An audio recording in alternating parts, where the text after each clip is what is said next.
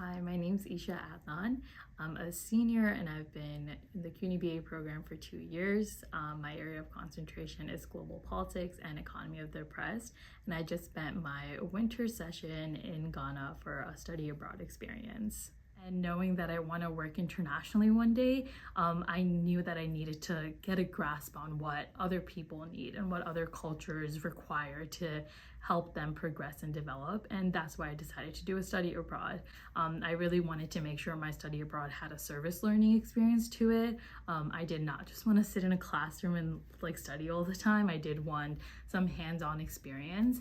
And so I chose to travel to Ghana, Lagoon, Ghana, and over there our service experience was volunteering with community hospitals. It was amazing. I feel like amazing is an understatement.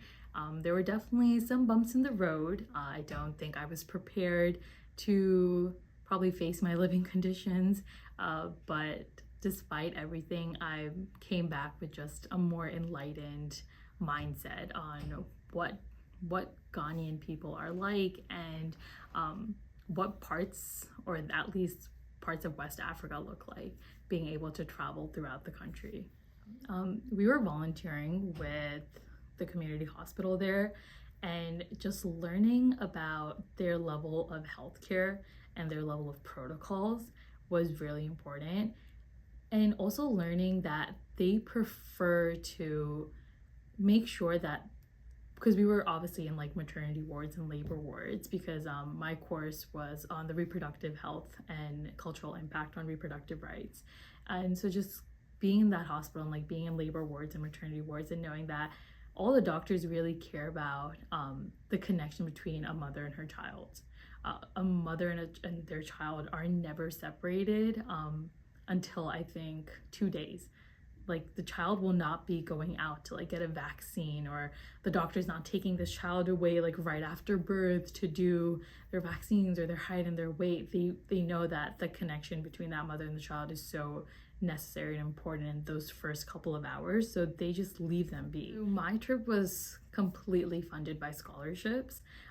Part of the scholarships came from CUNY BA. The CUNY BA has a Barbara Price Opportunity Fund, which I was awarded. And then also I'm a Macaulay Honors student, so I got part of my scholarships from my Macaulay Honors Opportunity Fund. And then I also got some scholarships from John Jay, which is my home campus. So it was a pretty pricey trip compared to other trips, because a flight to anywhere in West Africa is at least $2,000 to $2,500. So in addition to my program fees and my flight, I was probably spending around $8K just to live and get there and study. So, but I was really grateful that I had all these scholarships to fund it.